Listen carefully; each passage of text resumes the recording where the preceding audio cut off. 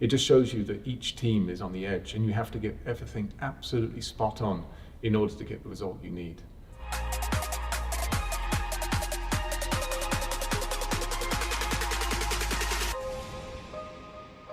What was your strategy and approach to turn one? Perhaps a little bit of background on Mexico and why it's such a difficult turn one to get right first of all. It's the fastest approach speed of any circuit on the calendar. So the speed that you enter into turn one is faster than anywhere else, faster than Monza, faster than Sochi even, which has a longer rundown to turn one, but not the same straight line speed. And the drivers get one chance at it, one practice, effectively, as you go in off the race start. That's the first time they'll experience that, and they have one chance to get it right. They do laps to grid where they leave from the end of the pit lane and do a start and approach turn one, but you're on a different vector, a different speed, you're starting on the right-hand side of the circuit, so it's not really the same thing. As a result of that, the drivers have a feeling of where they're going to be braking to get the optimum performance into turn one, to not lock up, to not go wide across the grass, and to get the car turned in. But ultimately, to a certain extent, it's a guess. It's an educated guess, but a guess all the same. The strategy and approach to turn one was quite straightforward here. For Valtteri, if he had a good start, he was going to let Lewis tow along behind him and make sure that he covered off that threat from Verstappen. The starts, as they turned out, was that Valtteri had a slightly worse start than both Verstappen and Lewis. It's not a lot, around about 4 meters or so, but it was sufficient that Lewis wasn't able to tuck up behind. More so, Verstappen's start being good meant he was alongside Valtteri very, very quickly. The result of that is they ended up 3 wide incredibly quickly and early on until it run down into turn one. And now it's just a question of braking. Now, Valtteri wasn't on the optimum line, nor was Lewis. The grip on the right-hand side of the circuit is slightly worse than where Verstappen was on that racing line. Even so, the differences in braking should have been a few meters, not perhaps the difference that you saw. Ultimately, the drivers braked where they thought they could. If you saw Verstappen's comments afterwards, it was quite clear that he was going in there guessing and hoping for the best, and it worked out for him. We ended up losing out there as a result of it, and more so as we went into it. As you saw other cars perhaps locking up, Ricciardo being one of them, contact happened and Valtteri got taken out and pushed to the back of the grid. What would the race have looked like if we'd held position off the line? I don't think you need me to tell you that Red Bull were incredibly fast in the race, faster than us. They had a much better car. Verstappen was able to pull away when he needed to from Lewis, and Perez was all over Lewis's gearbox all race. But had we kept position, we were first and second on the road, there's a little bit more you can do now as a team. For example, you can create a small gap between your 2 cars. You have to do that naturally for cooling reasons anyway, which just gives you a slightly higher probability of your lead car being successful, of not being undercut. So had we got away and we were first and second, I think there's a good chance that we would have been able to defend against the Red Bulls all race. Conversely, if we were first but we had Red Bulls topped up behind us in second and third, I think it would have been awfully difficult to hold on to the race lead. They could have stopped one car early, one car late, and ultimately we would have been in compromise with those 2 cars. Where we finished up P2 with Lewis was really correct based on performance order, sadly, after the start had happened. And I'm happy we held on to it. It was a defensive strategy we employed all race. Now, of course, in Valtteri's case, really he walked away with far less than he deserved. Had he not been hit in turn one, we really should have walked away with 4th at worst and 3rd more realistically. Did Valtteri pick up any damage after that turn one incident? No, nothing of substance. We stopped Valtteri only under that first safety car simply because we wanted to try and either take the hard to the end of the race, but certainly it was a good opportunity to rotate through your tyres to give yourself a strategic advantage. And we knew that Ricciardo coming in would have to change the front wing, so we should hold on to that track position. But the car was fine aerodynamically. Could Valtteri have made it to the end of the race on the hard tyres he was on? The answer to that one is probably. It's always very difficult to know, but based on when the tyres come in, what we do is we scrape the tyre, we clear off the rubber and then measure them. There's wear holes across the tyres, which you may have seen on TV, and it allows us to understand how much we've taken out of the tyre already and therefore forecast what we could have done by the end of the race. I think the end of the race would have been awfully difficult for him, but I think he would have achieved it on one set of tyres. However, what we had really seen is that there is degradation and there is drop-off. You saw that in the case of Lewis against Perez, for example, end of race. That was very, very difficult. And the 2-stop for Valtteri would have put him ahead of Ricciardo if the pit stop had gone well, and that would have given him the best opportunity to score points. Without that, Norris was just ahead of Valtteri in the pit window. So in other words, when Norris stopped, he would have come out ahead of Valtteri, And that would have meant that P11 is pretty much where we would have cemented ourselves. We wouldn't have had the tyres to be able to overtake McLaren. The only way you're going to be able to get the overtake delta, the difference in performance, was to stop, convert to that two-stop. Was the two-stop ever a consideration for Lewis, given where he was with Perez and Max ahead of him? The answer is straightforward on that one, it's no. Overtaking in Mexico is very, very difficult, but more importantly, the degradation on the tyre is very, very low. And the Red Bulls had hardly any. You saw at the end of the race, hopefully, that they were setting fastest laps, purple laps as we would call them, just an indication really of how little degradation there was on their tyres. Now, in the case of Perez and Verstappen, a little bit fresher than our own, but even so, in order to have a two-stop work, you need someone else to really fall off that one-stop tyre curve, to be in trouble on tyres at the end of the race. You saw how difficult overtaking was. Perez, despite the pace difference, was unable to overtake Lewis. And furthermore, once you get close, your brakes and your power units start to become very, very hot. So unless you get the overtake done in a lap or two, you really have to drop back and start again. So as a result of that, if we had stopped Lewis, it's not that we would have been fighting for the win, it's more we would have cemented him into third place. What happened at Valtteri's pit stop? It's a good question, and even as I talk to you now, we don't have all of the answers. What I can tell you is the wheel looked as though it was stuck on the axle. When the car came in, the gunman did everything correctly and undid the nuts from the axle, as did all corners. But when they tried to remove the wheel wouldn't come off the axle anymore. They put the gun back on and gun the nut on and back off again. It's a standard procedure to try and overcome some of the problems. And even when they did that, the wheel still wouldn't come loose. The gunman then put his hand into the wheel and effectively brute forced it loose off the axle and burnt himself slightly in doing so. It was a brave action by him.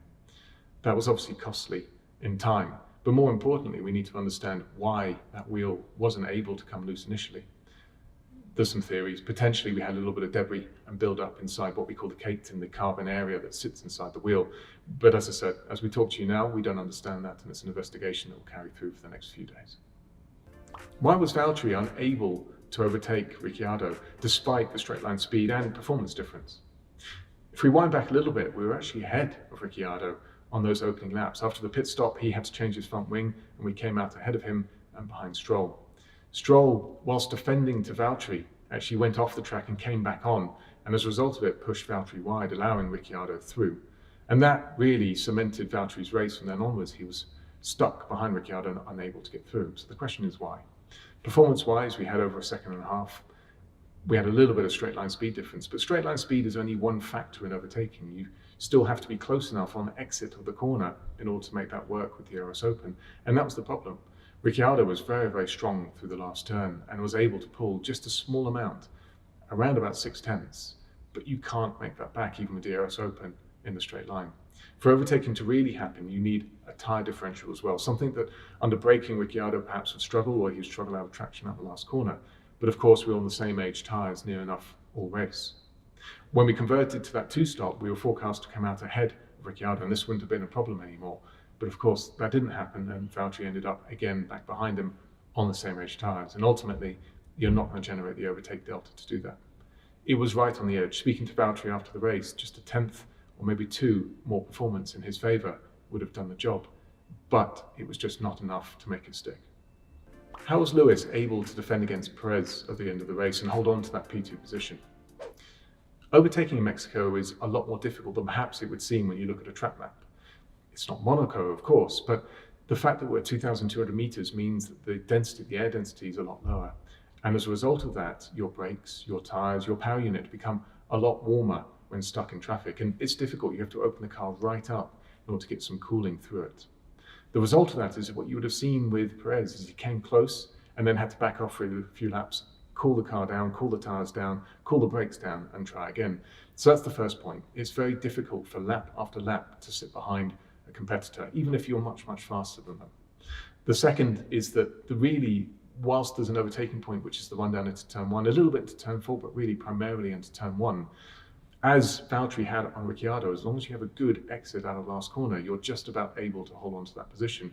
And furthermore, we had good straight line speed, especially on that run down into turn 1, at probably around about 5 to 6 kilometers an hour over them. Now, Perez would have had DRS open. Even so, that's enough for us to just hold on to that position. Had Lewis's tyres dropped off the tyre curve and he'd lost grip under braking or on traction, that would have been a different matter. But fortunately, they were just in a good enough state to hold on and defend the end of the race. Is there a reason why the team didn't run the medium tyres until the race? Yes.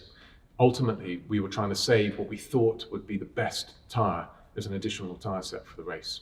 Use it when it perhaps mattered more than in free practice. It meant we had a little bit of a hole in our knowledge. We didn't fully understand how those medium tyres were going to perhaps perform, be it on a single lap, qualifying was the first time that we tried them, or on a long run. But we did have experience on both the soft and on the hard tyre. And you can really, between those two, interpret what the medium was going to do. If you looked at the converse, Red Bull had no experience in the hard tyre, the tyre that they spent most of the race on. So there's always a trade-off and a balance. You can't have both unless you split your cars, which also has other impacts on the race weekend.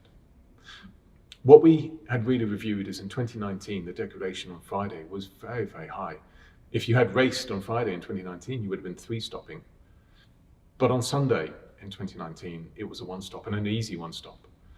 The result of that meant that we wanted to really evaluate how the soft tyre performance was in FP1, so we ran 2 softs, see how it worked on high fuel, and if it was performing well, we already interpreted that the medium would probably be the most useful extra tyre set. And as a result of that, and when the degradation was soft in FP1, we then kept that extra medium for the race weekend. Reviewing the race now and the whole weekend, that was the correct decision. The medium was actually the fastest race tyre. It would have been more useful at a safety car. We didn't have one, but it was there ready to go. Or if the 4 of us had all got away and one of us was 4th, it allows you to convert to that 2-stop and try it. It may not have worked, but it's the right tyre for doing that. Furthermore, that additional medium tyre means that you can definitely run twice in Q2. Mexico has what we call very high track evolution. So if you look from right at the beginning of the weekend all the way through to qualifying, we're over 5 seconds faster. There was a little bit of an oil spill in FP3, which may not have come across on TV, which reset the track a little bit, but that's not what the track evolution comes from. It's just the track clearing up from the amount of dust and rubber going down. That extra medium tyre in Q2 could have been invaluable because the track evolution is still high in qualifying and your first run may not have put you safe enough. Now, Lewis's lap was actually quite competitive, but we ran again irrespective because we had that extra medium tyre. The other benefit of the additional medium was that we could do laps to grid on that tyre before the race started and practice starts on it as well. So it just gives you a little bit more information that's relevant to the race than had we run that medium on Friday. What are the positives that the team can take away from this weekend? There's plenty. This championship, and trust us, we've been in the lead of it sufficiently with a points gap. It's never over until it's over. One DNF, both for ourselves or from Red Bull, will completely change how this championship forms at the end of the season. And ultimately, the points gap is tiny. We've got 4 races to go, 19 points in the drivers and 1 point in the constructors in our favour. That's nothing. It's a reset condition. We've out-qualified Red Bull at a track where they were stronger. It just shows you that each team is on the edge and you have to get everything absolutely spot on in order to get the result you need. And there's plenty of opportunity. The result of that is that the positives we can take out of it are that across the last few races, even at tracks that perhaps don't suit us as much, we've been there or thereabouts. We've walked away with a second with Lewis. We walked away out of qualifying 1st and 2nd. That just means we're in this fight right to the end, and I'm sure we will be until Abu Dhabi, until that checkered flag. The positives are that the team, despite this punishing triple header, are pulling together closer than I've ever seen it before. The drivers are working together more than I've seen before as well. It's a bonded team, a team that's here to do one goal, which is to win both championships. And that for me is the positives. What was your strategy and approach to turn 1? Perhaps it's a little bit useful to give some context here as to Mexico. Thank you again for all of your questions, and we look forward to answering them again after the Brazilian Grand Prix next week.